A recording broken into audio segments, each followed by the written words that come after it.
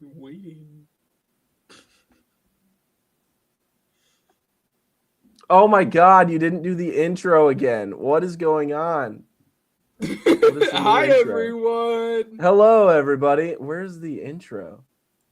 Good God. To do the. Where's it at? Cue the Where's music. the intro? Cue the music. What is going on? Ben, play the intro. Play the Ben. They're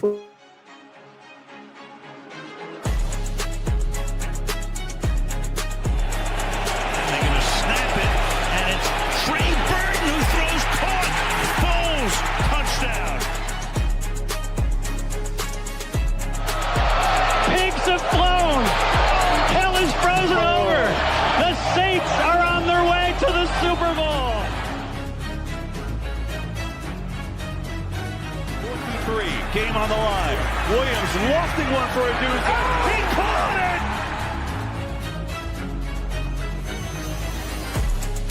it! You're listening to the world's #1 football podcast. Now, here are your hosts, Ben Hansen, Matt Hartman, and Ryan Matthews.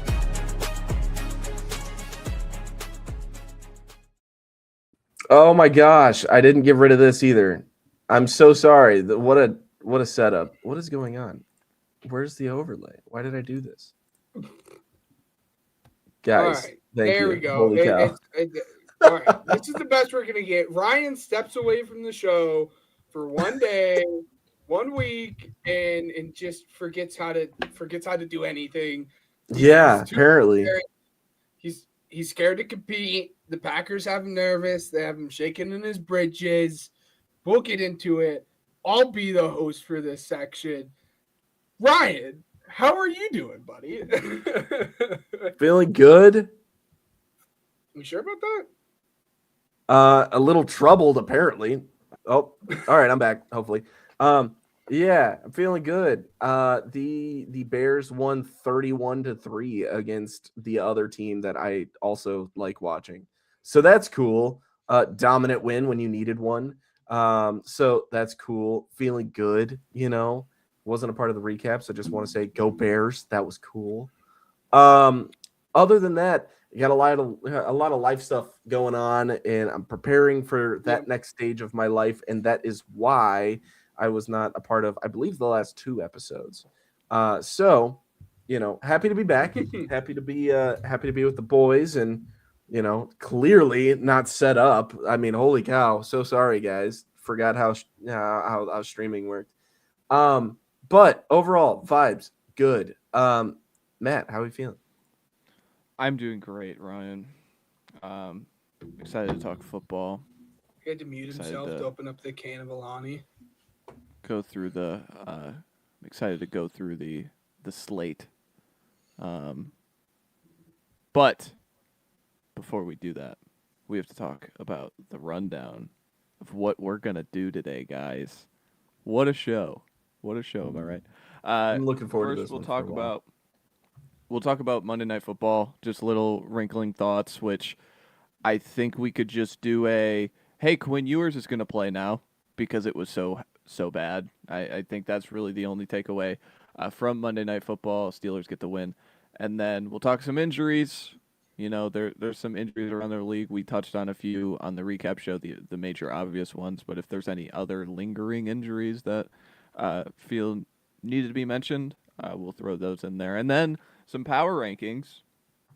Last power rankings before the playoffs. And we're going to, go through the top 5 teams in each conference and where to shake up. 3 weeks to go. 3 weeks to go, guys. Crazy. I'm going to say that every week until the season's over because I think I did that last week too. And then we'll pick games. We'll go through some game previews, the Thursday Night Football, a Saturday slate, and then some Sunday games before we pick all the games and have some pigskin payout.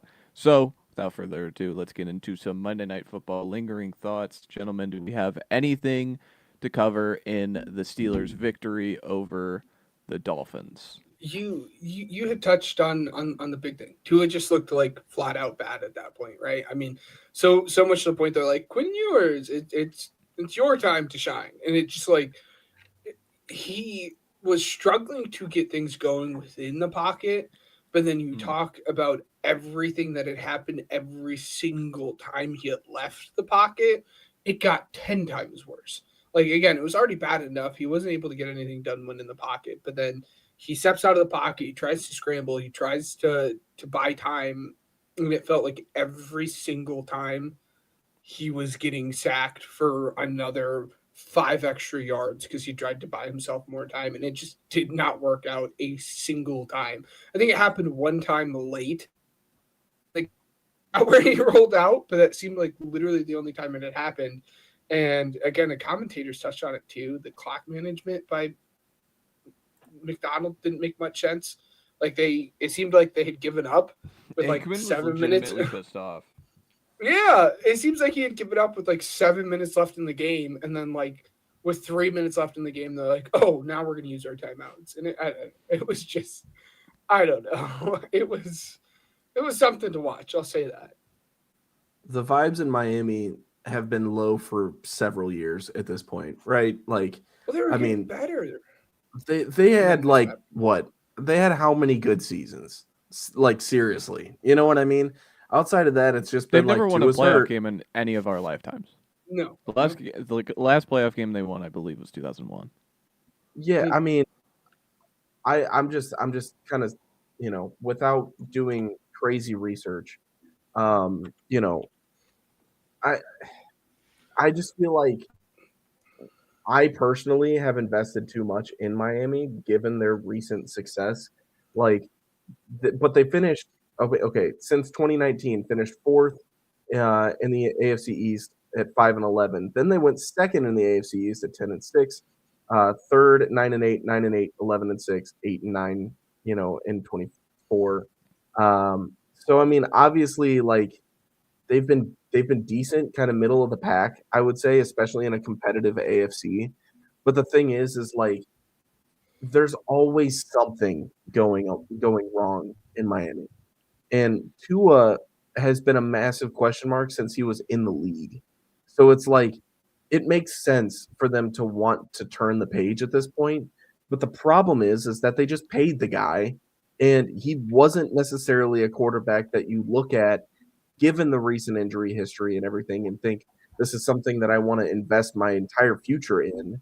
And now you're in a predicament to where you're drafting a guy as a day 3 pick and you're just going to throw the guy out there to see what we have because the Dolphins at this point are eliminated from the playoffs. They have nothing else to play for other than a higher draft pick. The worst thing that could happen could benefit the team. And at this point, the Tua question has to be asked, where do you go from here? Right? The offseason point towards an exit strategy, and who is stupid enough to make a move for this guy, given his recent injury history and his cap hit as well. It's really rough. And, obviously, given the recent news that was either, I think that was today for Quinn Ewers, given that news, it's worth bringing up. But the Steelers, I mean, they're doing what the Steelers do, right? I mean, Mike Tomlin is going to find a way to get over 500. Like, is that still possible? I think that's still possible. And then, not to mention, they're right in the thick of things between, themselves and the Ravens for the AFC North. It's a pretty pathetic division right now. And Joe Burrow's depressed, and that's something else to talk about later. But at this point, I mean, it's weird, but I feel like this game was a get right game for them, especially going into this week. They're going into a very massive game against Detroit where it means something for both sides. You've got Pittsburgh that, is in the middle of a playoff hunt and divisional title hunt.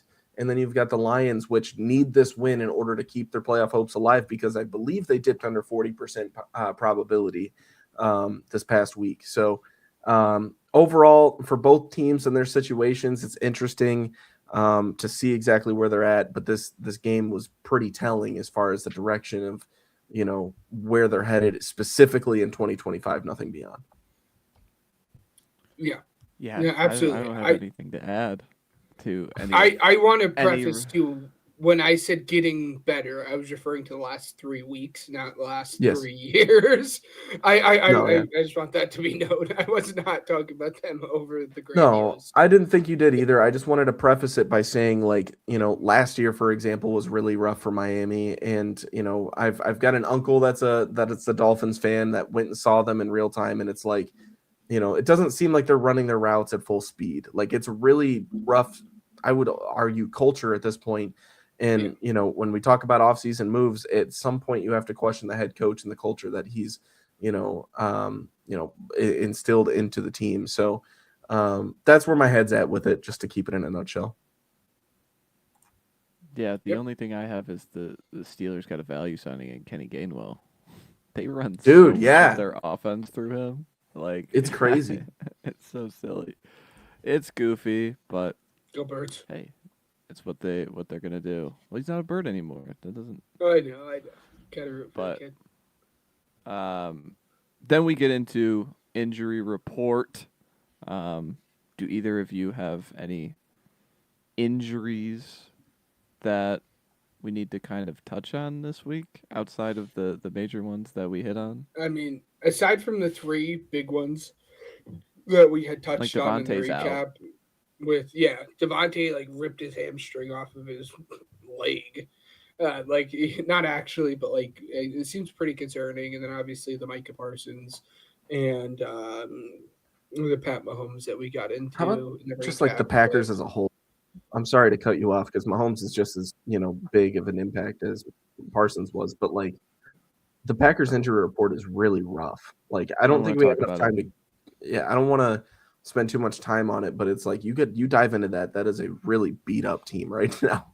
So. Mm-hmm. Christian Watson is practicing though. Yeah. Sure. All right. Yeah. Next up.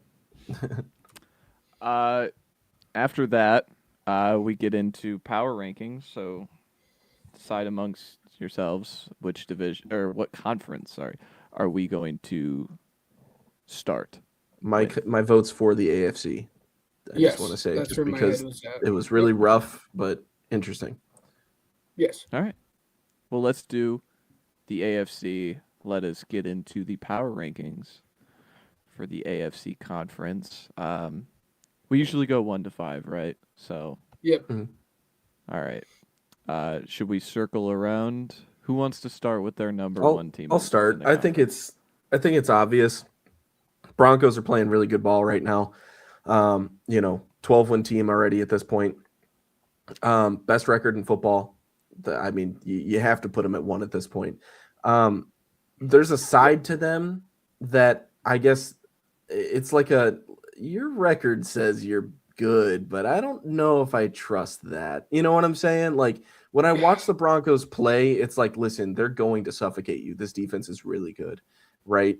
But at the same time, it's like they slip up every once in a while, and Bo Nix, for me, is just not somebody that I feel like would be in this situation. You know what I mean? It's intriguing about this team, but they are playing really well, and I have to respect it, and that's why they're number 1. Yeah, I mean, I tend to agree with everything that you had said, and that's exactly how I was feeling about the Broncos until this past week, right? Again, there was a lot of concern about they didn't really play anyone good. But then they went in, they played the Packers, and any concern that you had about Bo Nix not being a passer that wants to throw the football beyond 5 or 10 yards went out the window because he did that at a very efficient rate. And again, it's he's now proven that he can do it. It's just a matter of how often he wants to do it, but he did it at a good level. I'm right there with you. I would be shocked if Matt wasn't as well. Broncos are my number 1 team in the AFC as well. Yeah, they're my number 1, and neither of you mentioned why they are number 1. The defense. The defense is incredible. It's second to only Houston, and I think Seattle is probably in that tier. But what they have found along that front, and just being able to squeeze the end of the game against the Packers, where it's just a 4-man rush and everybody sit back, play your zones, and nobody's going to be in trouble. And oh, by the way, they have the defensive player of the year at corner. So like again, just the defense is so suffocating that you can have a half where Jordan Love was incredible. They scored 23 points in the first 35-ish minutes of the game, and they have the explosive run by Jacobs. After that, they scored 3 points, and in the red zone they were 1 for 4. So again, like just what that defense is able to do against a team like that, and then I mean the Bo Nix conversation continues to just be so much fun for me. Because I don't know if you guys can agree, is because every time I watch him play in these high leverage moments, I go, he just played the best game of football I've ever seen him play. Like the half against the Chiefs where he makes every throw happen. He made every throw happen against Green Bay, like off schedule, down the right sideline. The throw to Sutton for the touchdown, it's, you know, if you put blue and 17, you're saying like, oh, that's Josh Allen, like how good it is down that sideline. And so, again, I can't disagree with anything. Like, and this isn't just a team that's like, well, they got the most wins, so put them at 1 for me. Like this really is like now a Super Bowl team for me in the last like 3-ish weeks. Absolutely. My number 2 slot. Despite the fact they just lost to the Bills, I'm going to put them at number 2. Wow. Okay. The Patriots. Okay. Reason Super being fun. is Super strictly fun. because I don't think that loss was indicative of who this team really is. I feel like they are better than what people are saying, and I understand. Trust me, as a Bears fan, you haven't played anybody. That argument, you win games, right? Drake May is playing MVP level football. He's really good, right? And you've got the coach of the year, in my opinion, on the sidelines as well. And when you've got that as a tandem and you're able to squeeze out these wins, and I would assume, right, and it's not going to happen, obviously, they've played each other twice, but like in the scenario we could get a rematch in the playoffs, I'm not taking the Bills over them right now. This is a really tough team. They're hungry, and I think the sky's the limit for them going forward. But, you know, right now, I've got the Patriots at 2. It was, I'll spoil it. It was the Patriots and Bills are, either team is 2 and 3 for me. The Patriots are at number 3. Bills will be at number 2 because they just beat them, which is like tough because I would like to be like, oh, the Patriots are a better team, but we just saw them play this past weekend at Gillette Stadium where they lost, right? And the Bills, when they want to turn it on, they can't. And I just still have questions about the talent level on the Patriots. They're a lot of fun to watch, and I really, really do enjoy it. But X's and O's only gets you so far if you don't have the Jimmy and Joes, right? And it's Drake May and who else? And so it's not really even the Patriots. It's Drake May and Henderson and a whole bunch of other guys there, right? So I would really like to put the Patriots at 2, but again, we just saw the Bills beat them. That's why the Bills are at 2. And again, when the Bills want to turn it on, they absolutely can. We had seen it in the second half. I still have my own concerns, especially when it comes to that run defense. In a game in which they won, that run defense popped its ugly head twice with Henderson there. But aside from that, like, I don't have a whole lot of concerns because, again, when you have 17 playing quarterback there, you can really get a lot of things done. That's why the Bills are going to be at 2 and the Patriots are at 3. I also have the Bills at 3. It was definitely a toss-up for sure. I felt like that game was just like a fluke. You know what I mean? So, you know, but the Bills, yes, very good. And I hope that Josh Allen can take advantage of this window that he has in the playoffs right now, because Mahomes has been his kryptonite for a very long time. And he's kind of like, he's the dude that you kind of want to root for. You know what I mean? Like, the more social media stuff that gets put out, like, he's just a fun guy. You know what I mean? Yeah. Anyways, Matt, yes. Second place. I have the Bills at 2. Again, I think you mentioned the point. I think in a conference that somehow this season feels like it's lacking the top end guys. Like we're on the precipice of a Mahomes-less, Lamar-less, Burrow-less AFC, and those are kind of the four horsemen with Josh Allen. And so I think Allen puts his team above a level. The fact that he can do what he did in the second half, and it's not just all him. Like James Cook was incredible. He killed me in fantasy this week. Like, I mean, this guy, he took over the game, and that's another thing is like this run game has real substance to it that you can lean on it in these big spots. You can lean on it when you're down 17 at half, and it still is able to just grind a team like New England into the dust when needed. And when you have Josh Allen, it's really I'm still very skeptical of the defense, but I think they have enough stars that I think they can piece it together in a playoff game just because they've all been there before. Like Benford just missed this most recent game against New England, and it really, really showed. I think Rousseau can make some plays, and Milano as like a spy was incredible in this game. Like it was only his second multi-sacks game of his career.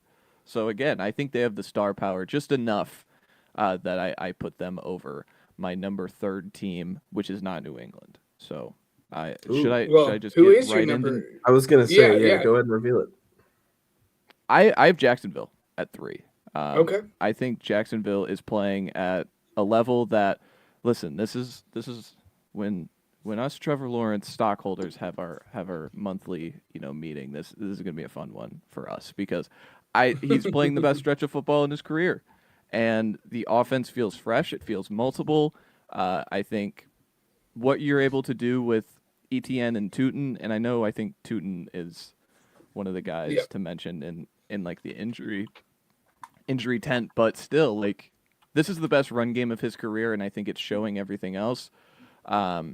And yeah, I get it's the Jets, I get it's the Titans, and even like the Colts a week before, and the Colts are kind of on a downslope. Like, still seeing him play at this level is impressive, and it's something to make note of. And so I've loved it. And then again, the defense, like the defense by any metric you look at, is top 10 and everywhere. I think they're incredible. They have a top 5 turnover differential, and they're not a team like, I'm going to rag on your Bears a little bit here, Ryan. They're not completely dependent on the turnovers. It's not like we get gash downfield, and then we get a red zone turnover. They kind of create these short fields on opportunities and just get after you with star level talent. Like Antonio Johnson the undrafted free agent from a few years ago, he might be one of the best safeties in football. I don't think you could go on the street, I don't think anybody knows his name. He's been incredible this year. And so I'm willing to buy into Jacksonville now. I think there is a tip on Jacksonville just because of the overall nature of them. But I think we have a fun one this weekend with them traveling to Denver. I had Jacksonville at my 4, so I'm right there with you. That it is exactly what I expected when Liam Cohen stepped into that head coaching spot. For those of you that have been listening for a long time, if it wasn't going to be Ben Johnson in Chicago, I was pounding the table for Liam Cohen. It's fun to see him work out with a guy like Trevor Lawrence because of that reason. The guy is, we did a film review on him in the preseason. I was excited to see exactly what he could put together, and the dude is doing exactly what we wanted him to do at that point. It really sucks because, like, I wish that Travis Hunter could be a part of this. You know what I mean? And so I could watch a little bit more and see where he fit in. The injury really, really sucks. But, I'm really excited to see this game this week, though, like you were mentioning, to see exactly where we're going to be able to put these teams at the end. Because, Ben, not to completely, poo-poo on your parade, but I know that you were like right there with you. the reason why I'm bringing this up is because there's another competitive team in their division, and that is my number 5 spot in Houston. So, I'm bringing that up just temporarily now so we could talk about them later. But, it's going to be interesting these next 3 weeks to see how these things pay out, because it's like, can this be sustainable for Jacksonville? Can they go ahead and win the division when we thought it was up and away Indy for the first half of the season? Or, you know what I mean? Because it seems like they're in the rearview mirror between these two teams. So I'm excited to talk about Houston, but Jacksonville definitely deserves their flowers, and that's why they're at 4 over Houston at 5. Yeah, yep. Jacksonville's right there at 4 for me. Love the Antonio Johnson shout out, especially considering like how we talked about him 2 years ago. Like, people loved him, and people were like, "Oh, he might be a first round pick," and then had bad. Yeah. I digress. For all the reasons that y'all two had Jacksonville at 3 and 4, it's the reason I have them at 4. I don't need to echo everything that you guys are saying. I'm assuming that the Patriots are 4 for you, Matt. They're 5. 5. Okay. Well, my 5 is the same as Ryan's 5. So I'm assuming my 5 is your 4. Mine's the Texans. Okay. Well, perfect. I'll do the Texans here. Again, Texans are the 5th team for me here within the power rankings. And all of that obviously stems mainly from everything that they are doing on the defensive side of the football. This team is an absolute tank. Like, have fun getting past them on the defensive side of the football, because they have the dudes on the back end to lock you down, mixed with a set of arguably the best tandem of pass rushers in all of football. And you're saying all of this and all this great thing that they're doing on the defensive side of the football is occurring all at the same time that CJ Stroud is finally finding his stride, and the offensive line is put together a couple good games. It took us a long time to get there, but they're finally, again, have put together a couple of good games to keep CJ Stroud upright enough to allow him to show why everyone loved him last year and why everyone really liked him going into this year. And again, it just seems the same, obviously for different reasons, but kind of the same way that we were talking about Jacksonville. It's the same way we're going to be talking about the Texans, and they're just finding their stride on offense and letting their defense carry them along the way. That's why the Texans are number 5 for me, but you're the high man on the Texans here at 4 compared to our 5. So,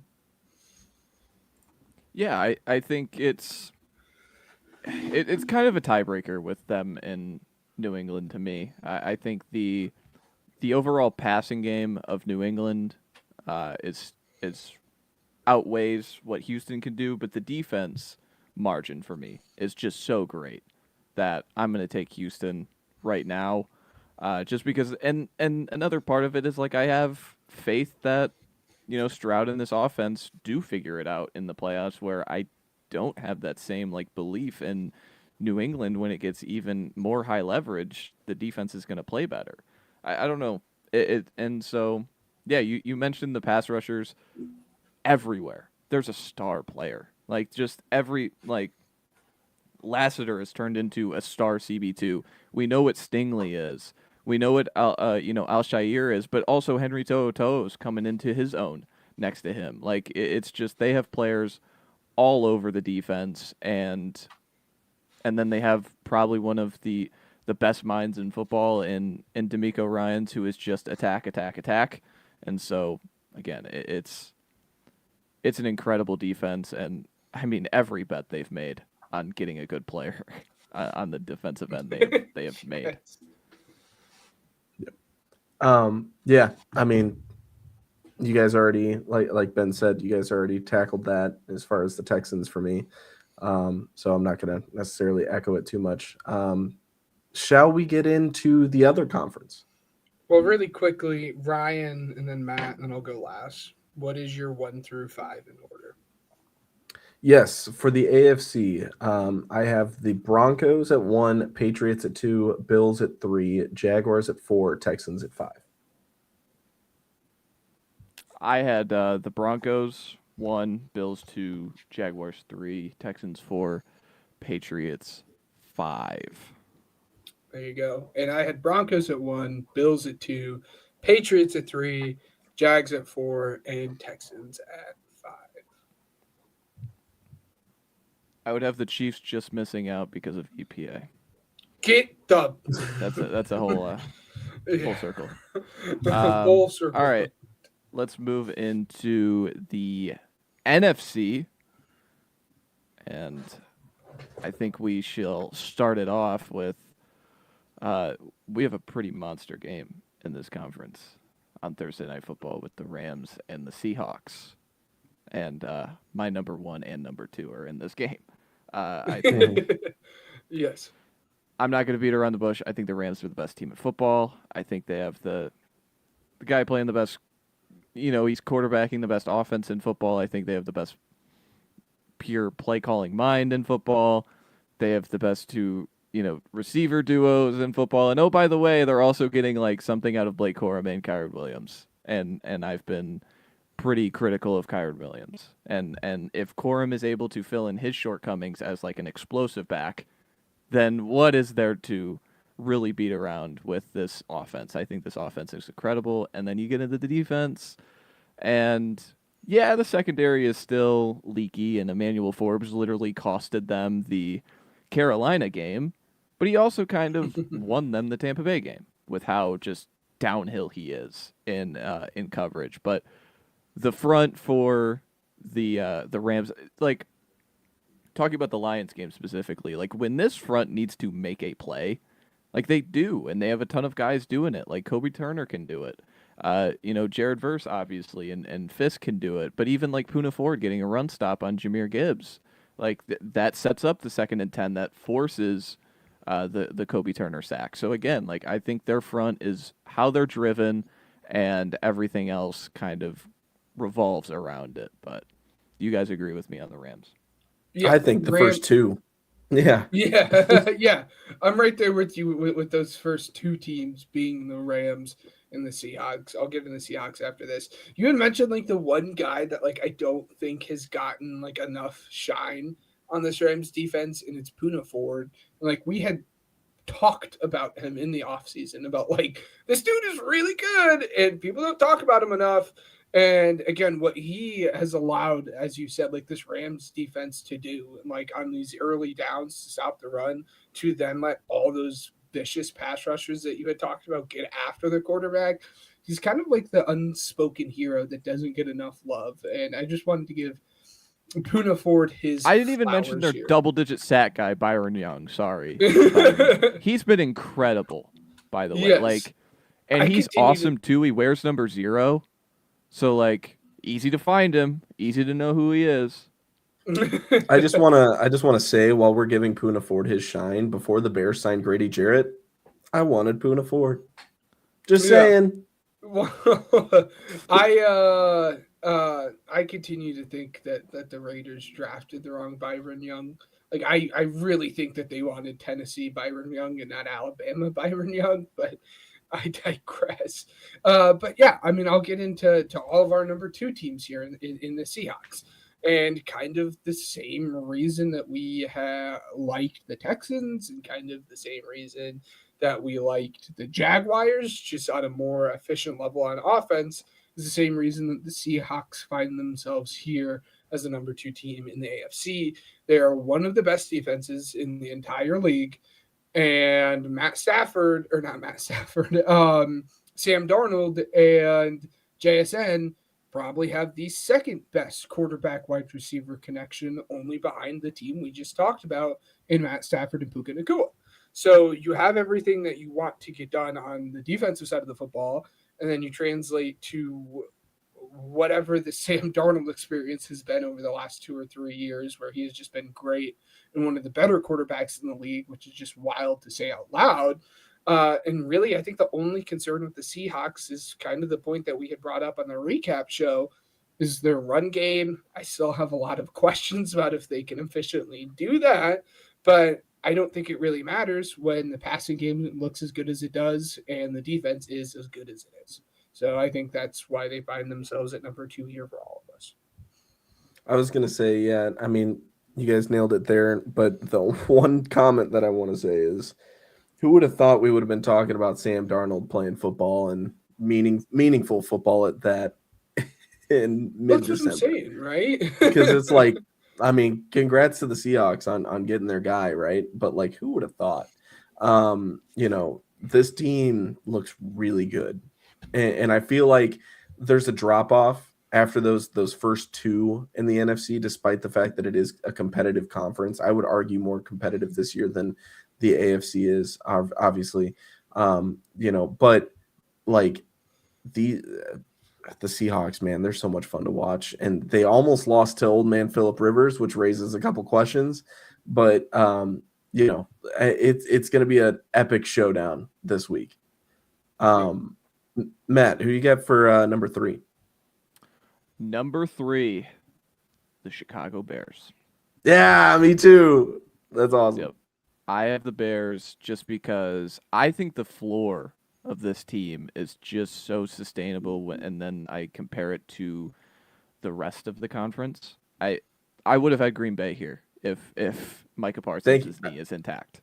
I'm saying the same thing. Yep. And spoiler, they're not even on my list after that injury. I think he is that big of a swing and for them, and this is about Chicago, but like their floor in the run game, just being able to eat up chunks, I think just raises just a level above this conference, above the two teams that I have right now, in a way that I didn't think I would going into it, but I just feel so confident in, like, Ben Johnson is worth 24 points a game. Like, just his scheme alone is going to get them 24 points a game, and the only reason they don't get 24 against Green Bay is because of the interception in a game where you have to throw it to the end zone, and they scored 3 points in the first half on like 3-ish drives. So again, that's like an outlier half.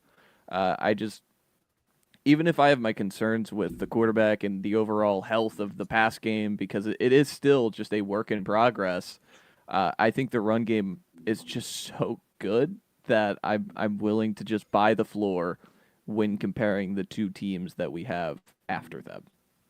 That makes sense. Yeah. Ben? And then the defense is a gimmick, all right? The defense is a gimmick, but it works, okay? Like, I have to address the elephant in the room.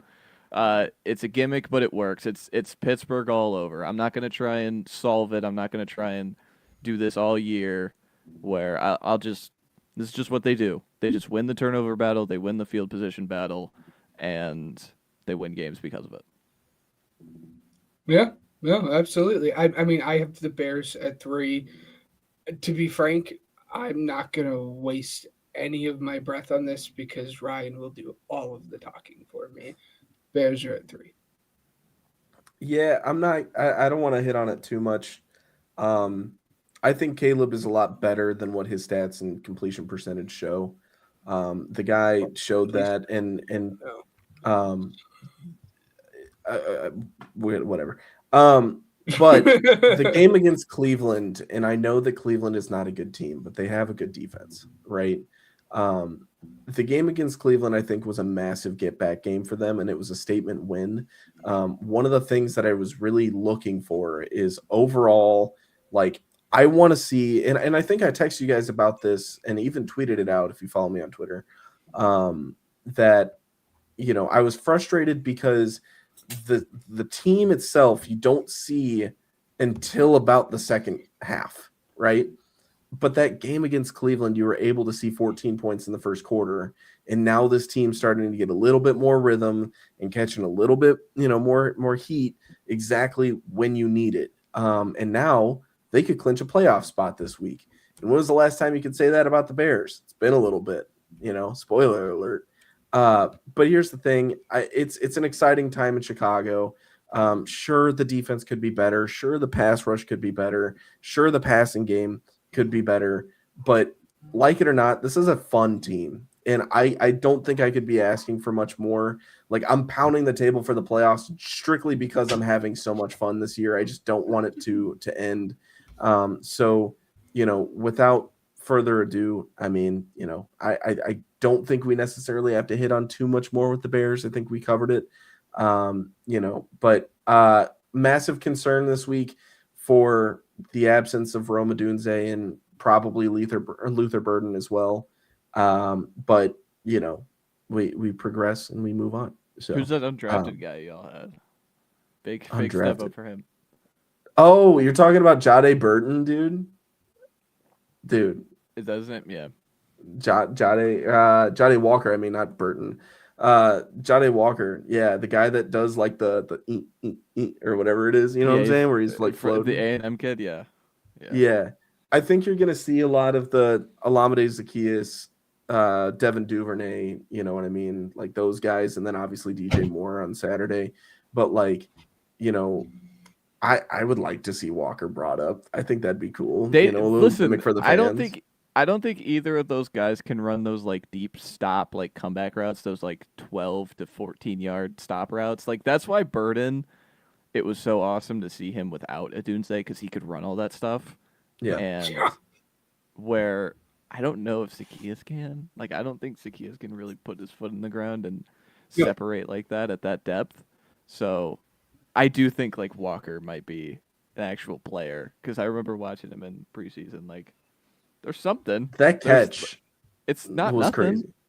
Yeah, he deserved the roster spot that he was given. But number 4 is kind of interesting to me, right? Because Matt already said the Packers was off of his list. Yep. I've got the 49ers at 4. I think this is the team that, probably fits this spot here. Strictly because, there we go. Sorry. Strictly because,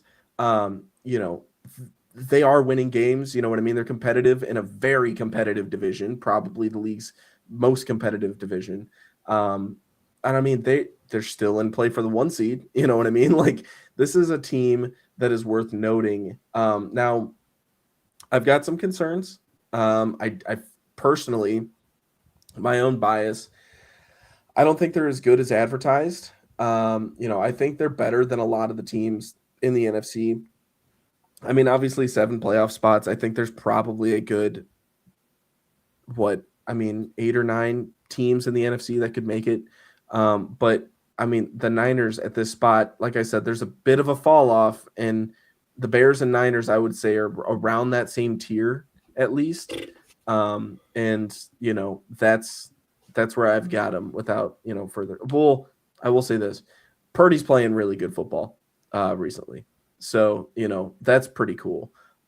Pretty cool, I guess. But, CMC, still CMC. Yeah. But yeah, CMC's good. Purdy good. What is there not to like? Kittle good. Whatever. Boring take. I know. Their defense doesn't impress me though. I feel like the Bears are going to bottom up next week, but we're good. Whatever. I didn't have them on my ranking, and they wouldn't have even been my honorable mention if I'm being frank. Nice. Glad that being said, glad we at least think the same. Yeah. Yeah. Yeah. Right. That being said, I'll do what it seems like the two of you guys won't. I'm going to have the Packers at 4. Yes, Micah Parsons was a big hit. I still like the things that they can get done on the defensive side of the football, and we have said it time in and time out. Literally, it seems like every single episode this year that when Jordan Love is due for 1 bad throw, 2 bad throws, but other than that, he has been balling out. And Micah Parsons being out doesn't affect how well Jordan Love is going to play. And I have trust in him. I have trust in the offense. They have a little bit of injuries here. Obviously, it's kind of been a week-to-week thing with Josh Jacobs. Come playoff time, I think Josh Jacobs will probably be fine. I don't want to predict injury and everything. But I think they still have Rashawn Gary, obviously, on the defensive side of the football. He is no Micah Parsons, but he is enough. We forget that they do have Lucas Van Ness. Do with that what you want. But I just this stems more so about the trust that I have within this offense. And I think they can get it done when they need to, and that's why they're going to be at number 4 for me. Matt? Staying on the Packers, yeah, I think I get all the reasons to still be like high on this team and invested in this team, but like for me emotionally, like it's just the 2024 Packers all over again, where it's like the one guy like, and Watson being back will still like help them, but it's like, oh hey, like Tucker Kraft is like finally, creating yards after the catch and being an actual man beater, because that was their biggest problem in those high leverage like Minnesota games. He goes down. And then it's like all this cool stuff they do with Micah on Thanksgiving and even the week after, when they face Chicago, and just being able to be this menacing force and this actual closer of a player, like this Mariano Rivera type player, and he's now gone. And it just, those were the two things that held me back on, like, I still just, I love the quarterback. I love watching him play football, but it's so hard to keep this investment that I think they could go all the way in comparison to these 5 teams that I have. But yeah, I get all the reasons to still have them at 4. Maybe it's just me holding back because of my investment through this season. Your emotional investment, yes. And yeah, I mean, they have a lot of guys out. And if we're going to have to rely on these corners because the pass rush doesn't get home, it could get scary. Denzel Valentine has been good this year, though. But oh my goodness, Valentine. I think we have to do my 4 because you guys are afraid to do it. I still have the Eagles here. I think the Eagles are still on my list. Yeah. one of the 4 best teams in the conference. I think the defense is just still really, really good. And outside of a game against, the Chargers where going into that game, I was like, Hurts has actually been pretty good. I think a lot of people kind of dog on Hurts, but like what he's been asked to, he has been reading the field much better. And then he has a game where he has 4 interceptions and even has a double turnover play and has the game losing interception. That is just inexplicable. But again, it's weird with that offense. Are they going to figure it out? I don't know. Hopefully, like these next few games, like they have the Commanders twice, and Ben, you would know who's in between there. I don't know the team that is in between this. Is the Bills? Okay, let's get Lane Johnson back. We could run the ball, but like it's. Can we? I still believe in the star levels talent, and I also have like the Madden meme where the guy like sits up. I also believe that there is a little bit of that too with this team. Like when AJ Brown is going to be pushed in the playoffs, it's no longer about stats, it's about winning the football game. And I feel like all these guys are just going to collectively lock in, if that makes sense. I don't know. Just because they've done it before, and it's now it's like no longer is it like, oh, we'll figure it out next week. There is no next week now. There is this game. And so I still am bullish on the star talent of this team. I think they went through a weird stretch there. But like, remember when they just locked up Green Bay for 4 quarters and it just didn't feel close, even though the scoreboard was close? Like, yeah, they still have that level of defensive ability. Yeah, I mean, they're number 5 for me. So like, I everything that you said, I second. It's just a matter of like, shocker, the Eagles fan is being pessimistic, right? Gimmick, but yeah, gimmick. It's not a gimmick. But no, I mean they're number 5 for me. The reason I continue to be bullish is because I've seen the collapse happen once before, like literally 2 years ago. So that's why I don't want to get too big for my britches here. But again, I mean, they have the star power to be one of the better teams in the entire league, i.e. last year. And this defense is playing better than what they did last year. And that's a hard task to do. And they still have literally everyone on this team, aside from Mekhi Becton, back on the offensive side of the football that we saw them do throughout that insane playoff run last year. I understand. They're number 5 for me. So I'm not going to leave them off my top 5. Come on now. They would be my honorable mention if there was a spot for that. For the Eagles, yeah. I've got the Packers at 5. The Packers are still the Packers. They're going to be competitive. The Eagles, that they're the Eagles right now. They're just the team that's gonna win their division and probably be on the 3 spot in the NFC. But like, I don't want to watch them play anymore. They've been super boring like the entire year. You've got divas on the sideline during the entire season. You bring in a stupid positivity rabbit and nothing works. Your quarterback turns over the ball how many times in prime time? Yeah, let's bring it up. How many times on prime time did he turn over the ball? And it's like, against the Chargers? but he is known to not like. Come on, the turnovers. I'm not saying he's it known was a for bad it. game. But I'm not saying he's known for it. Known but for that's being the one reason of why I don't. I know, but that's not going to convince me to want to watch this version of this team play. This just happened recently, and that's the point. That's why we do these things, once a month. You know what I mean? So my thing is like, can they go in? Can they win a playoff game? Yeah, absolutely. Do you guys have a point? Do I think that they could lock in? Yes. Do I think they will though? I'm not convinced. I'm not, strictly because if they could lock in, why haven't they? Like, what's going on with this offense? And sure, that's awesome. That doesn't That's count. Yeah, I know. like, but then I know. They were playing the little league. I do think it's funny that like Ryan is making great points, and like I am predicated on like, what if they lock it? Like. No, because like they are a good team on paper. You're absolutely right. Yeah. You're absolutely right. This team is built to go and win another Super Bowl. I just want to see them with Lane Johnson in like high leverage spots. I just want to see it because I think he is like an actual like gravity mover. Mailata has not been that good this year in comparison to what he is. Lane is still like awesome, and so if he could get healthy and they could figure out that part. I want to retain hope that, like, if this defense is truly one of those, we're going to keep the other team under 20, maybe outside of the Rams. I want to hold out hope that it's like they could play with anybody and they could beat anybody.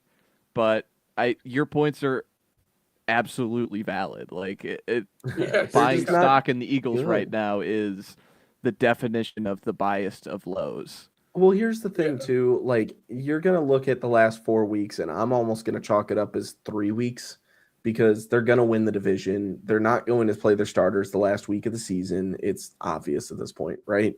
The get-back game against the Raiders, you accomplished it, 31-0, right? I mean, Ben brought it up. Hopefully, you see that these next couple weeks against the Commanders and the Bills, right?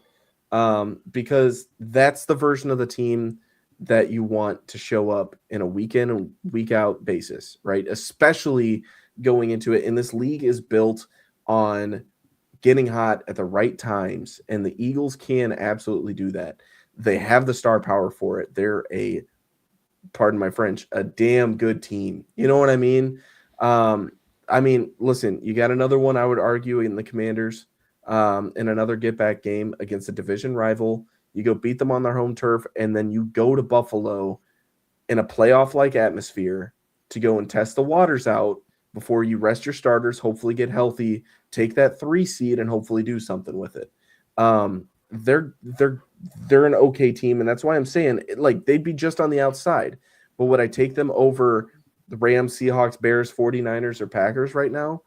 I would say the 49ers and Packers maybe. It's a close race. And that's only because Micah Parsons got hurt. Like, you know what I mean? Like, my top 5 would look a hell of a lot different if Micah was healthy. You'd probably have Rams, Seahawks, Packers, Bears, insert whoever the hell else afterwards. You know what I mean? So it's just the Eagles are just they've been unimpressive to me, and it proved my point even more so when the Bears ran them into the dirt. And I will have that trash talk for the next year. Okay. All of that talk. Recap that really quickly. Ryan's 5th team was not the Eagles; it was the Packers. Matt, who is your 5th team? Oh yeah, the Niners. I think they're Ryan made the point of like Purdy's looking like Purdy again. I get Tennessee is Tennessee, but it's still fun to see it. Still fun to see him kind of off platform moving, and they just have so many guys. I still don't think they're not impressive in the trenches, nor have they really ever been. And then their gravity shifting players on defense, Warner and Bosa, are out. So again, like, should I probably have Green Bay over them? Probably, but I'm maybe in copium state. But I think the passing offense for the Niners is just more sustainable than Green Bay, just because of those those shifting players that they have, and also like where would you rank Ricky Pearsall if you just dropped him on Green Bay in their like receiving core? Is he wide receiver 1? Like, I think he might Probably be. 2. I think he's 2. And yeah, is it Dobbs? Would you take Dobbs? I'd take Christian Watson, but yeah. Okay. That's fair.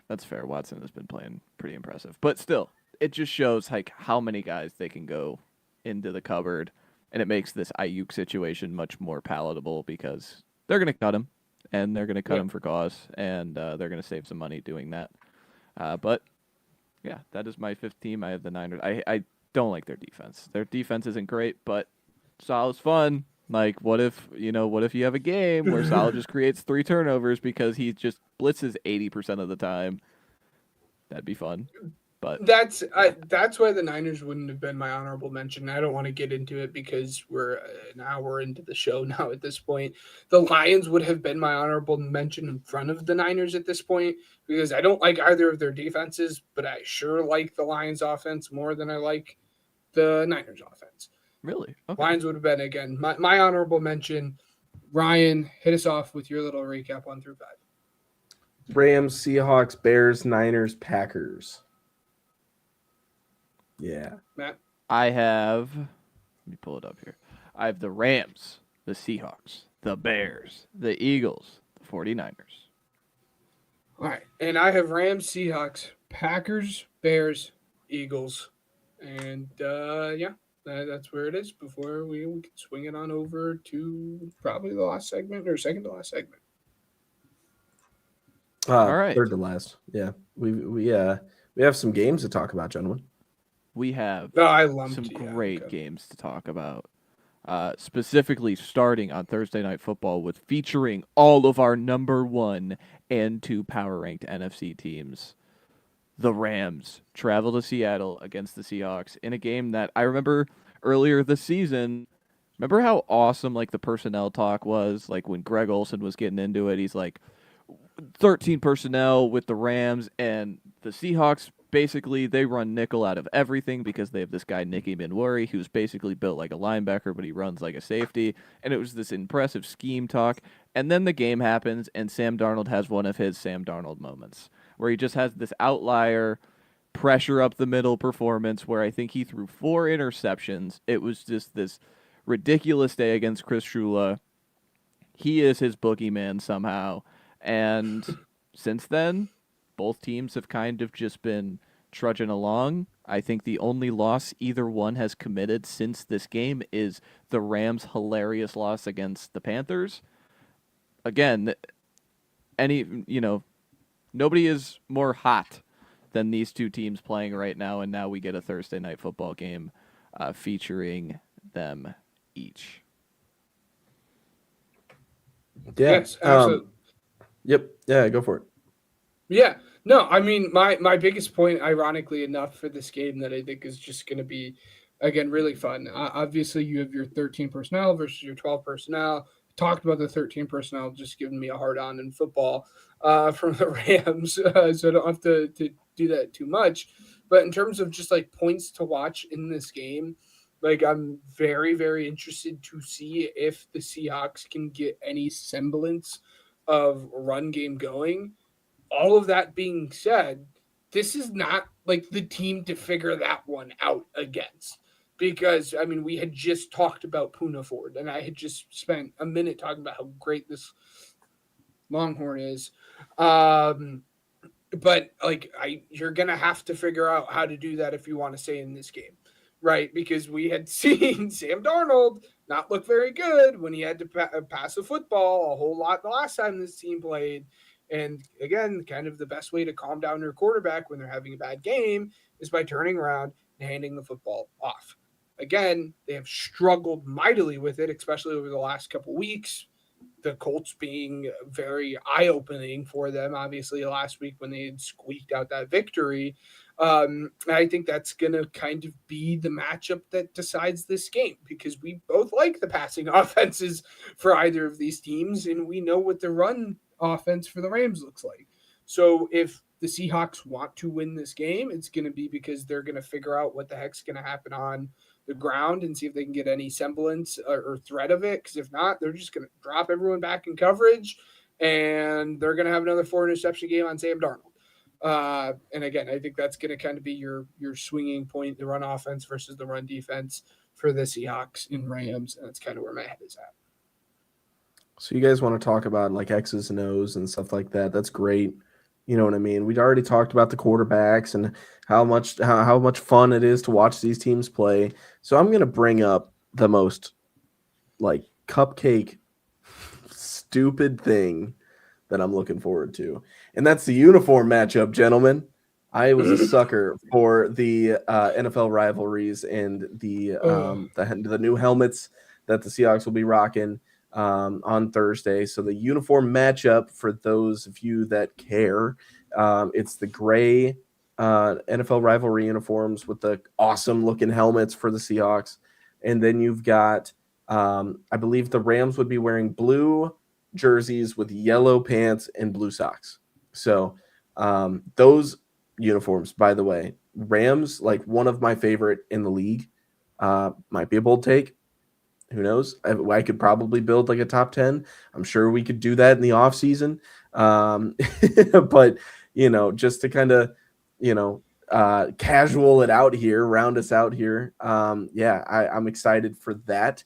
But obviously the playoff implications, the division implications, what exactly all this will have an impact on. And it's a massive one, and this is exactly the kind of game you look for in a primetime situation. Man, I can't wait for this one. Absolutely. Yeah, I mean, I feel like it would be remiss if we didn't talk about the Rams' offense against the Seattle defense because, frankly, they sucked in the first matchup. Outside of the first quarter, the Rams didn't have a single drive out of 7 possessions go beyond 5 plays. In that span, they had 4 3-and-outs. They had a fumble from Puka Nacua, which that guy fumbled the football. Like, you don't even think about that. And they still won the football game. They had 2 short field touchdowns created, after the first drive was a turnover on downs. So, again, like the margins in this game played to the Rams' favor. Seattle missed like a crazy long field goal to end the game, which was, a wild sequence in its own right, driving down the field. But yeah, this was the one time this season that I feel like the Rams got blanked on offense, and 21 ended up being enough just because of the margins of the interception by Darnold and the field goals that they had to settle for close to the red zone. So, again, I'm interested to see how McVay kind of adjusts off of that because I think they had a good game plan running the football early in this game. Like, Kyron created an explosive pretty quickly in this game. But outside of that, the Seattle adjusted really well to the run game, where they finished with, a 5-point average on 22 carries. But you think about, like, what they had to do. Like, Blake Corum, 8 carries, 10 yards, which is a 0% success rate. Like, just incredible stuff. So, again, I'm really fascinated to see what they lean into, especially because Devontae's out. Like, that is their cheat code. That is the guy that they kind of throw out there that is just always going to be in the right spot. He's going to ball win, and not that Puka Nacua can't, but he's usually the guy that they like to sprinkle out into that 13 personnel close to the goal line because of his, suction cup hands in the end zone. So really interested to see the Rams against the Seattle defense because in that environment, like Seattle can compress you and just overwhelm you.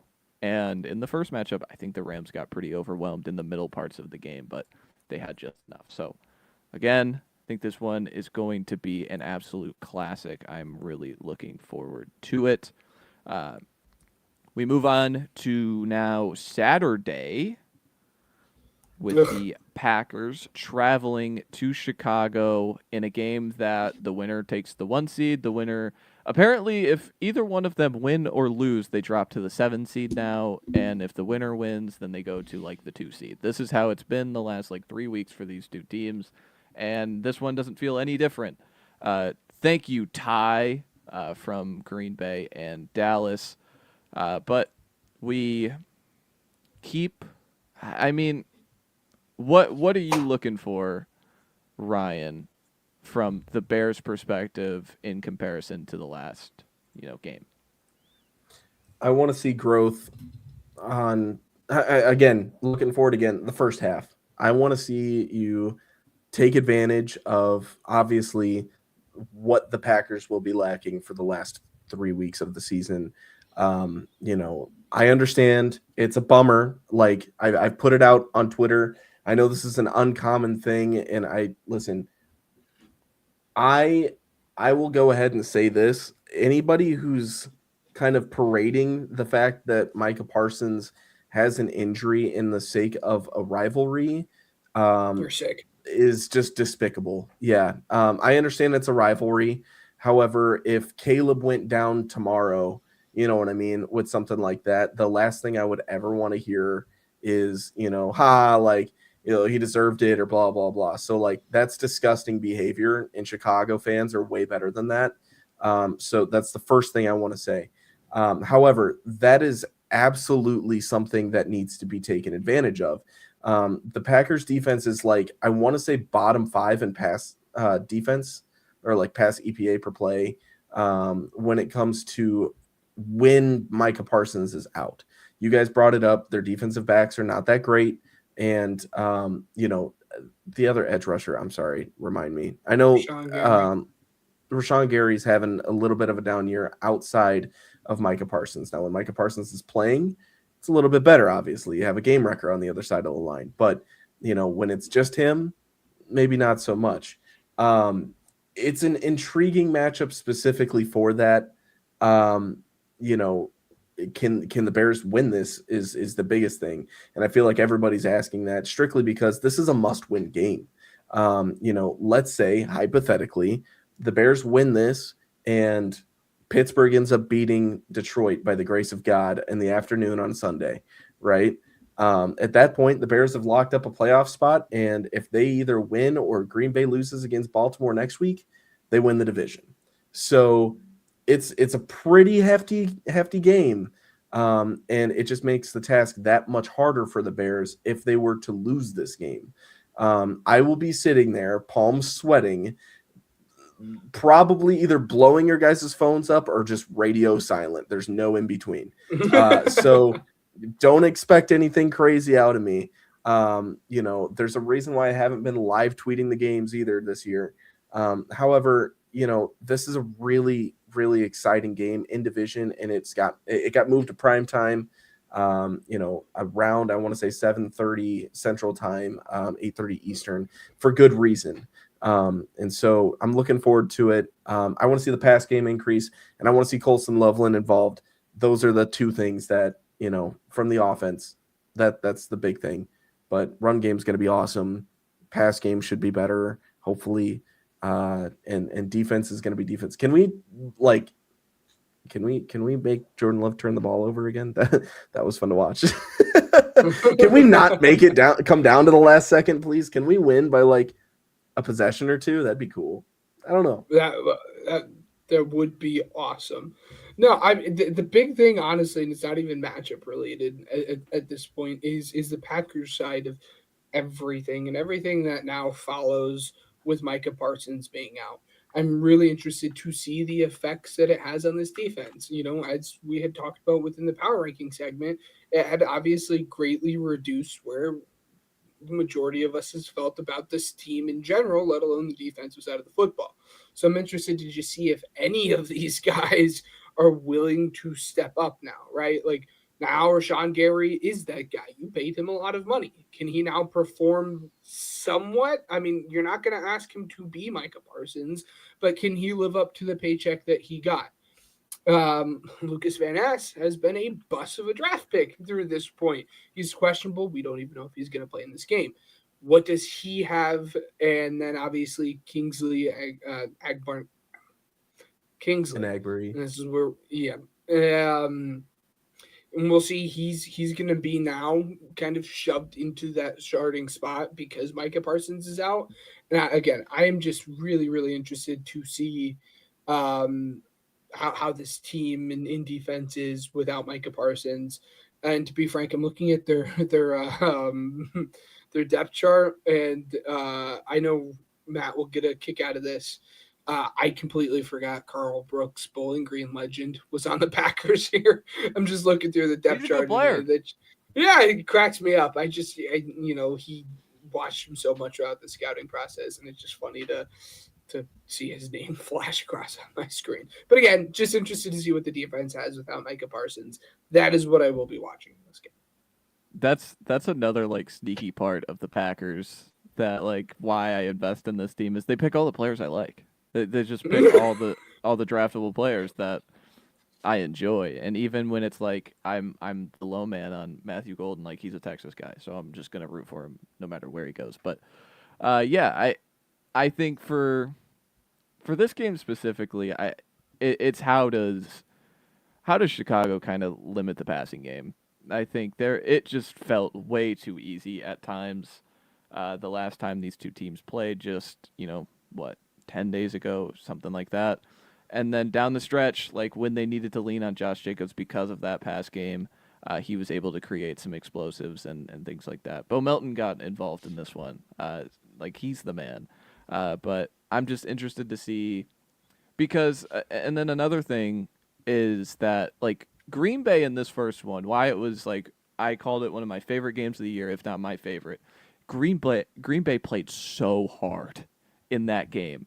Chicago needs to match that at home. And like there is a bump to playing in your home stadium in that kind of like frigid temperature where it's like get juiced up, get amped up, make all the plays happen, play downhill and just hit everything in sight. Like remember what was it? The Edgerrin Cooper on Monungai hit where like the paint from the helmet's coming off. Like that just how physical this game is. You need to meet the physicality. You need to create and set the tone if you're the Bears because you're the home team. You're the underdog. You have this kind of like chip on your shoulder. Go and take it. Go and take it. Just from a vibes perspective, like just go and take the game. And so I'm really excited to see if they do that. Everything is pointing in their direction to, take this. It will be on them to take it. And also, Caleb, can you not have like one of the worst halves of football I've seen? Like the first half was really bad. Like what was it? He had that one dig over the middle. It was like a 3rd and 8 or something, and he missed so high. I was like, it was kind of rough there.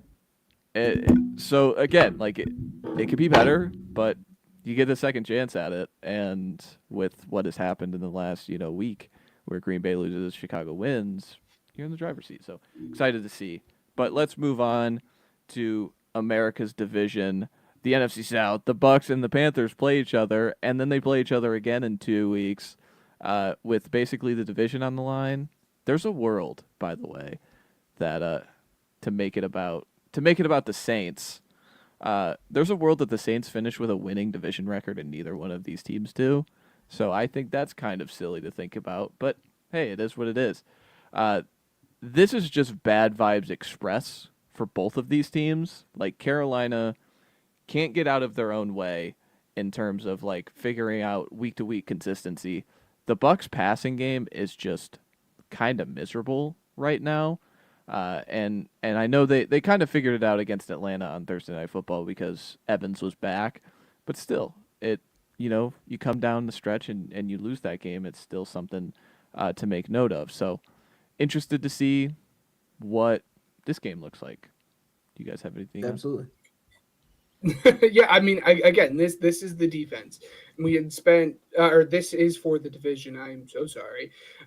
We had spent so much time talking about the Buccaneers' offense of it all, and then not really being able to put anything together. And what does Mike Evans add? And we saw it. I mean, Mike Evans looked very, very good against the Falcons. No one else really did. So we will see. Again, now we were able to integrate Mike Evans back in. Now, can we start sharing the ball around a little bit? Like, I understand Mike Evans is good, but let's have everyone else also do their parts here. Sean Tucker, I just really quick, this has nothing to do with the game. He's so much fun to watch. I love that guy.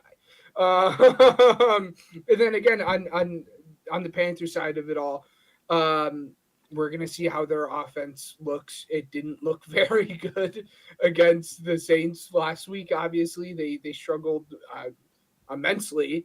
I don't think the Buccaneers offense is like spectacular. Defense is spectacular, especially compared to what the Saints have, at least with what the eye. I don't know what the metric is saying. They've been playing great. What the eye is saying. So we will see again. I'm just interested to see how either offense performs. I have questions on both. And I'm just going to be watching to see, again, how it happens. And it'll be for the division, as you said. Yeah. I have nothing more to add on that one. The Buccaneers, are they good? Are they good? I don't know. Who knows? I don't know. Are the Panthers good? I don't know. Good vibes. Good vibes, though. You're right about that. All right, guys. All right. Shall we get in to Pigskin Pick'em? I think so. All right, let's do it. So last week, Matt and I went 11-5. Ben went 7-9. So that brings the overall results to Ben is leading still at 143, 78-1, but Matt is right behind him. 141, 80-1 for Matt. And then, I'm gradually improving my record, but probably out of contention. 132, 89-1. So overall, might I say, decent year for the boys. Especially you two, but decent year for the boys. We got to finish strong. Have to finish strong for sure, and that's where we're going to start. Rams, Seahawks. Ben, how are we feeling? Rams. Okay, Matt? Yes. Seattle. I wanted the Boo. Seattle side. I was going to pick against you no matter what for this game. I want to be on the Seattle side. We have them right where we want them, Matt. I'm taking the Seahawks as well. Eagles, Commanders to start the Saturday slate. Ben? Yeah. Give me the Eagles. Jane Daniels has now officially kind of been ruled out for the rest of the season. They just said, we're not going to mess with it. He's just going to be sitting, and I think that's probably the right thing to do. So give me the Eagles. Shocker. Yeah, I think all of us are going Eagles, right? I kind of I'll take the that one Eagles. out. Favored by 6.5 against the backup quarterback Commanders.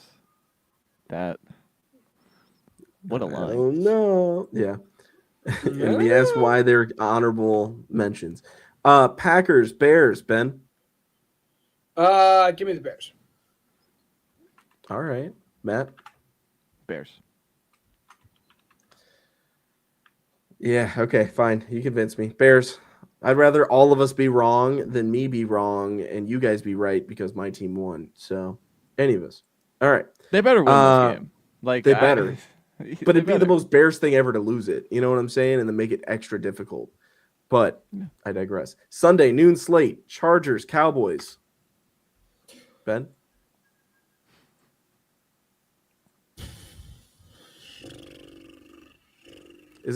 I'll be honest with you. I have literally written down whoever Ben doesn't pick for my pick. Well, and that's what I hate. Like that is truly what I hate in this is like it's not a win-win for me.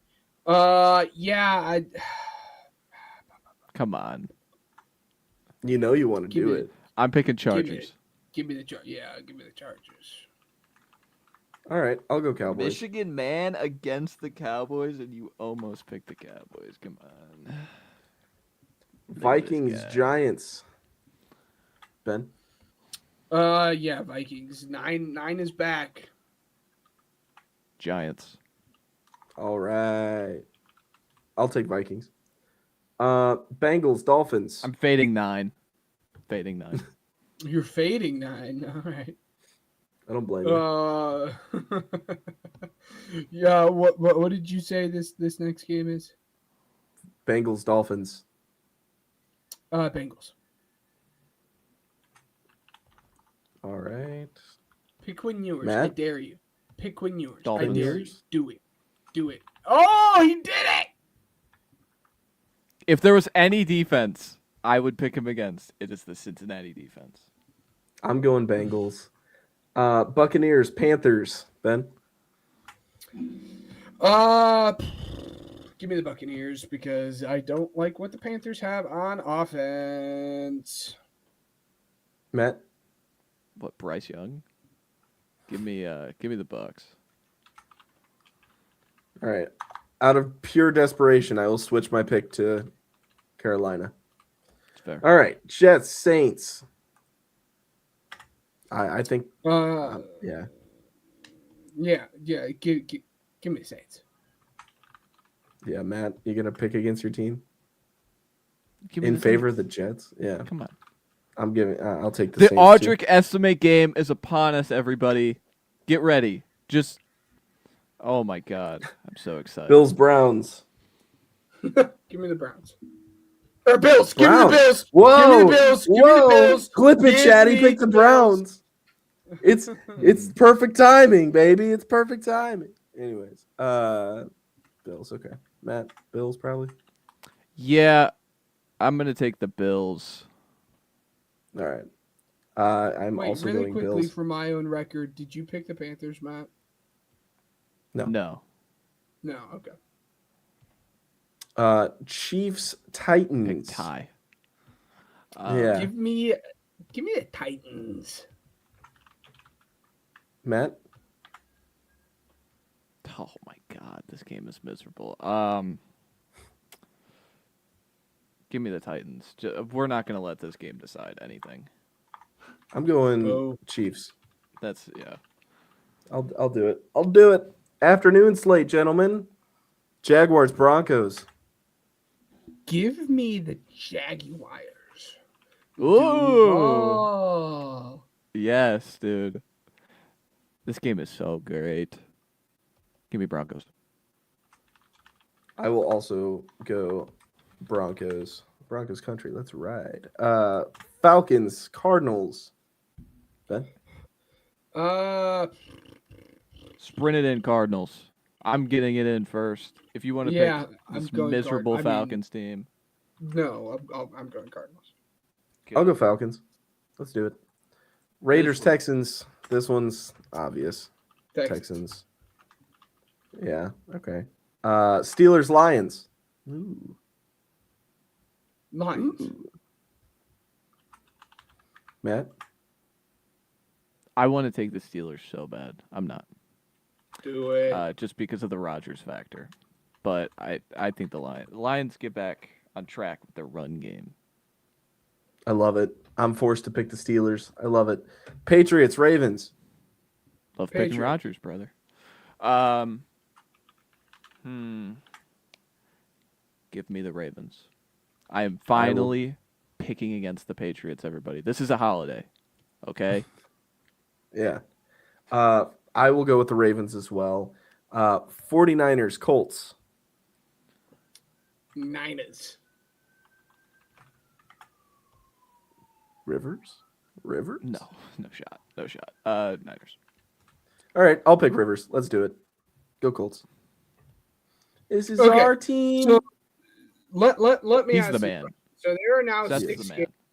There are 6 games that me and Matt have picked against each other. It's Rams, Seahawks, Chiefs, Titans, Bengals, Dolphins, Vikings, Giants, Jaguars, Broncos, and Patriots, Ravens.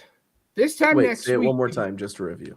Just to review. One more time, because I got to make sure it's Because, yeah, just go for it. In Rams- order, We've please. had issues in the past.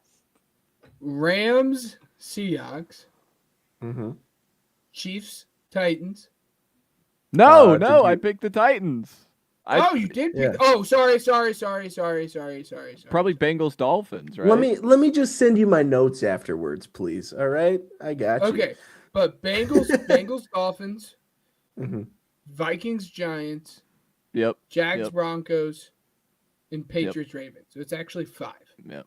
It's Right right. with our- What are we gonna do if this time next week, me and Matt are tied? Because we've always Well, it's impossible because I'm 2 games back. 5 games, I can't. I could go 3-2 against you, and you could go 2-3, or like 4-1. Well, and that's true. You know, True that. Yeah, it worked when it was 6. That's yeah, it is what it is. I picked 6 games differently than both of you guys. What if I go 6-0 in those games and close the gap a little bit more? Buddy, Because you then it picked would the be Falcons. All right. all right. Oh. We'll clip that. It's fine. All right. I clip Pigskin it. Team's pigskin miserable. payout. I've got a heck of a parlay for you guys, and I'm just gonna start us off. I'm taking the mic. Get ready for me to drop it. You ready? Pause. Before you drop it, the people are wondering, did you actually put your money on this bet? People are I saying have that you're not scared. yet. People are saying that you're giving parlays that you don't trust because you're not putting your monny on it. That's All right, just for what the the record- streets are saying. For the record, I was paid 15 minutes ago. No, I did not just place the bet. We've been recording the show, Okay, but I put this will you? together. Yeah. Okay. The people are wondering. I mean, you threw the people for a loop when you said a couple All weeks right, ago let me- that it was the let me first pop one that quiz. you put money on. Classic people loop. Yeah. Unbelievable. Pop quiz for the people that are paying attention. How many legs does an anytime touchdown parlay from Ryan normally have?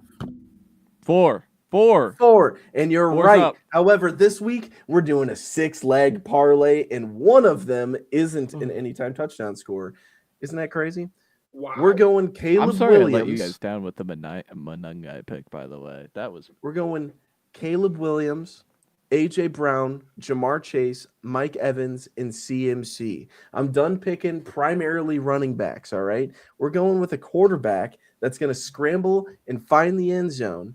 We're going with 3 wide receivers and then one of the most reliable running backs in the league. And then as for the last leg of the parlay, Bears money line. Myles Garrett to record a sack against Buffalo. He will break the record this weekend, folks. And if you find a special next week. Nope. He's gonna do it. He's gonna do it against Buffalo, against a team that allowed Josh Allen to be sacked 8 times in the same game. Myles Garrett, you're a beast. Congratulations on your accomplishment. You will be in the Hall one day, and you will also be wearing Bears colors next year. Anyways, I just had to throw that in. Anyways. Hey, we can clip it, and it'll come back later. I promise. Ben, Yeah. Oh yeah. what Look you at got? your cap, pal. Yes. So we're gonna change it up a little bit. I usually do spreads, but we're gonna mix it in. We're gonna change it up. So still a 4-legger here. We will have the Bengals cover an alt spread of -2.5. And we have the Bengals over on points at 26.5. Joe Burrow's coming off a really bad game. He needs something to kind of lift his spirits up. And this is the perfect defense to do it against. Now we have over on 42.5 points in the Rams and Seahawks game. And finally, we're going to do an Eagles money line. It gets you plus 432. You put $5 on it, and you win 26.63. There we go. Matt. I'm going. Let him cook. Let him cook. I think I kind of have one, which is pretty good. Do I? Yeah, I will. We'll do 3 underdogs to win outright. Ooh. Going with Chargers. They're a playoff team. They have 10 wins. The Cowboys' defense is miserable. Why are they an underdog? I'm eating the cheese. And then I've ragged on them the entire time. Fading the Falcons. Taking the Cardinals. Jacoby Brissett has been really good. So we're taking the Cardinals. And then the final one.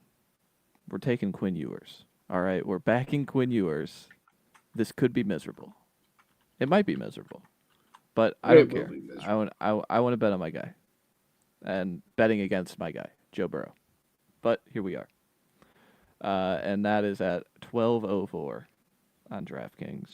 So the Dolphins, the Chargers, and the Cardinals all to win games is what I have.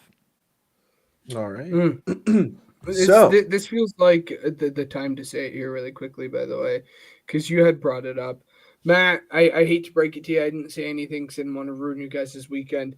I didn't hear from you by the time I had placed our anytime touchdown parlay. So my anytime touchdown parlay was just James Cook and Saquon Barkley. So mine hit. I didn't have to suffer from Kyle Monangai because I'm like, I don't know if Matt's responding. I'm placing this because I feel confident in these two legs. And I went ahead and placed it. And I mean, I didn't win a lot. It was only plus 224. But I had to get that off my chest. You didn't lose anything. Okay, stuff. So yeah, exactly. Well, the thing was like all the swing players that I had scored. So like, what was it? Henderson, McBride. Those were, and then ETN were all guys I thought of, and I was like, we're taking Monangai. All right. Closing thoughts, gentlemen? Anything? Yeah, my closing thoughts is going to be podcast related. And we'll put all this out on the Twitter, the X. It'll be kind of like the same thing that we did for. It'll kind of like be the same thing we did for Thanksgiving. We'll just record a little like snippet of just our pick'ems. And again, that'll be a recording, not a live stream. And then we will be moving College Corner from Tuesday over to Monday. Expect that to be a shorter show as well because there's not actually any games for us to like any playoff games for us to cover. There'll be a couple like weird like bad boy mower game or something.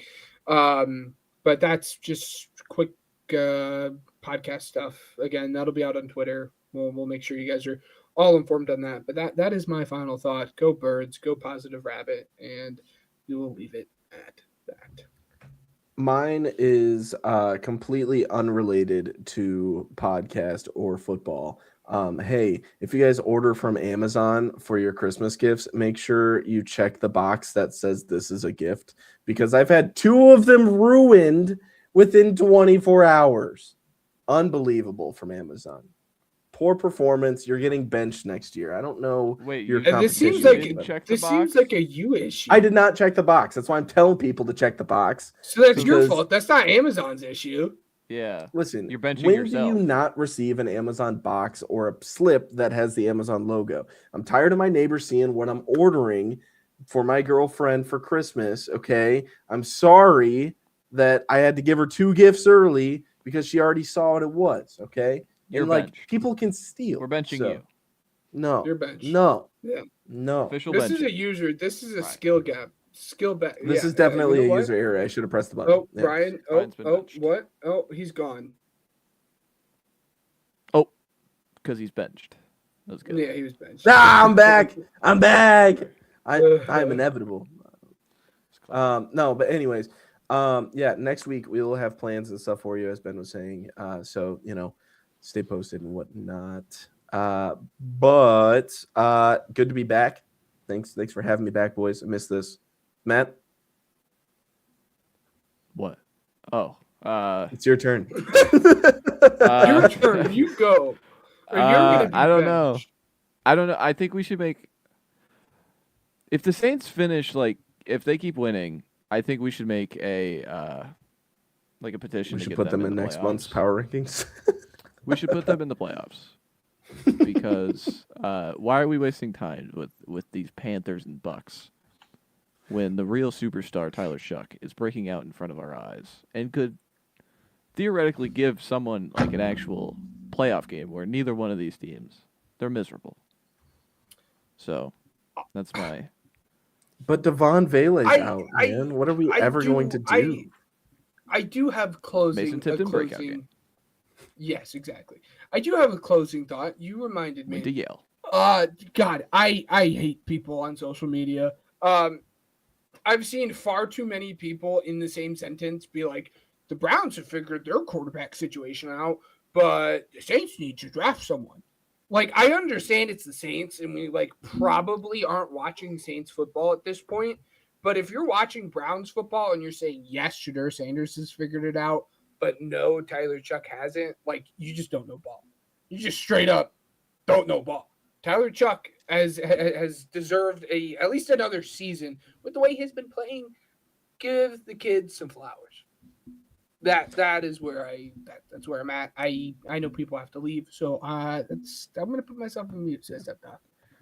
Last closing thought that I will leave you with is if the Bears win this Sunday, I'm thinking 2 words. And one Saturday. of them They play on starts with an S. Saturday. I don't think they're going to win on Sunday. Sunday, sorry. Idiot. If the Bears win on Saturday, I will be thinking of 2 words. One of them that starts with an S, the other one starting with a B. You heard it here first. Without further ado, we want to thank Spotify for Podcasters, Regional Radio Sports Network, and Uppercuts Grooming. Thank you for listening. Thank you for watching, and thank you to the YouTube crew for tuning in to the videos and whatnot. We appreciate every single one of you, and we will see you guys at some point next week when we announce it. And if not, Merry Christmas. Have a good week.